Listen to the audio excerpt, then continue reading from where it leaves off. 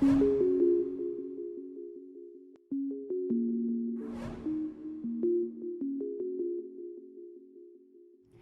to the Global Goals Studio. I'm Chika Odoa, and with me here is Richard Wolff. Quality education is the UN Sustainable Development Goal number 4, and the objective there is to ensure inclusive and equitable quality education and promote lifelong learning opportunities for all. Well, here to take a closer look at this issue is our guest, Yo-Yo Ma, world-renowned cellist and also a UN Messenger of Peace. Also with us today is Russlynn Ali. She's the CEO of XQ, and that's an education reform organization. Thank you two for joining us. Thank you. Thank you very much, Steve. Schooling and education had to be reinvented almost overnight when the pandemic hit, but whether virtual learning can be effective is still very much in question, and that's if families have access to a computer or even the internet. The reality is, many don't. The UN reports that remote learning remains out of reach for at least 500 million students. Start with you. That means 500 million students are being left out. They're falling behind. It's just a staggering number. That's going to be a Herculean challenge to overcome. So how can education innovation close the chronic inequities that have been made so much worse by this pandemic? Thank you for that question, Richard. Indeed, the persistent and pervasive inequities that we've seen in the American public school system, for one, have only been exacerbated by this pandemic. There are, though, amazing signs of hope. We are closer than we have ever been before to closing the digital divide, while we still have far too many young people across the globe without devices. We are now seeing communities everywhere ensuring that there is one-to-one. Now, while we've made great progress on getting the devices in hands, obviously that's not enough. There is still too many places in rural communities and even urban centers where young people do not have access to the internet. Step one is the concerted efforts that we have seen to ensure that young people are device ready, as are their families.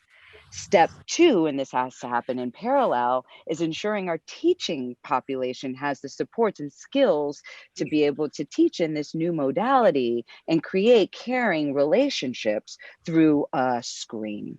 While there is much work to do, we are seeing pockets of success, and our job now is to come together to take these notions, share them, spread them, provide young people and adults with the supports they need to figure out how to do school in very different ways. Thank you. And Mr. Ma, as a cultural maker and global leader in the arts with a strong focus on promoting education, how do you think that other leaders from the outside of the formal education sector can get involved in ensuring that quality education can actually be accessible for everyone? Wow. Well, thank you for that question.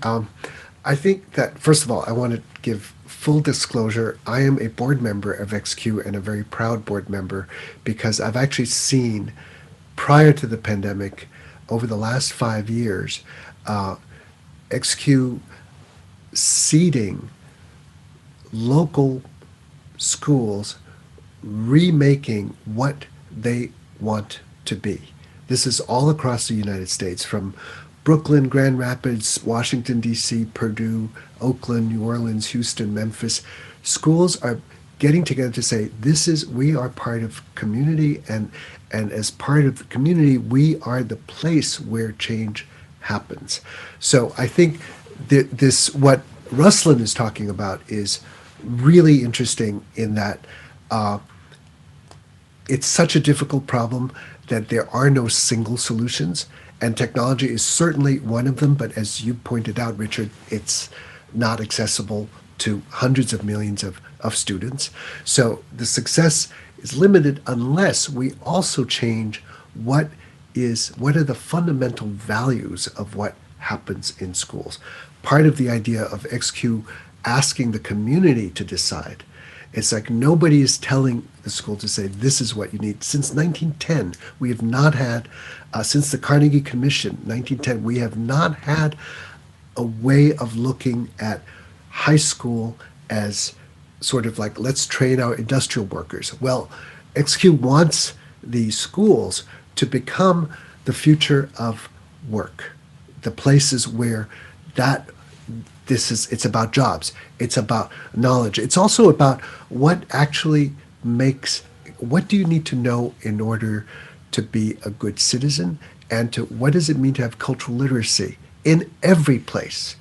And whether E.D. Hirsch, with his 5,000 thoughts of evolving 5,000 subjects that people should be conversant in order to be able to have conversations about everything. That's the content side. And on that part, everybody should be involved, because that's, to answer the question, everybody who cares about society can have something to contribute to the schools, and to just giving your snippet of knowledge so that you can provide access to every single person in terms of imagination and in terms of actual people that they know who can give them sort of an idea of what the next steps are after school. And if I could just add to that, we're just going to take a short break. Just bear with us 1 second. We're going to take a short break. We'll be right back. You're watching the Global Goals Studio. Stay with us. What's a citizen? It's believing in something and doing something about it, being responsible, and following through on promises. We're a company of 135,000 citizens. And we have a plan to work toward a greater good, a better future to share, one that will move us all forward. Citizen Verizon, our plan for economic, environmental, and social advancement.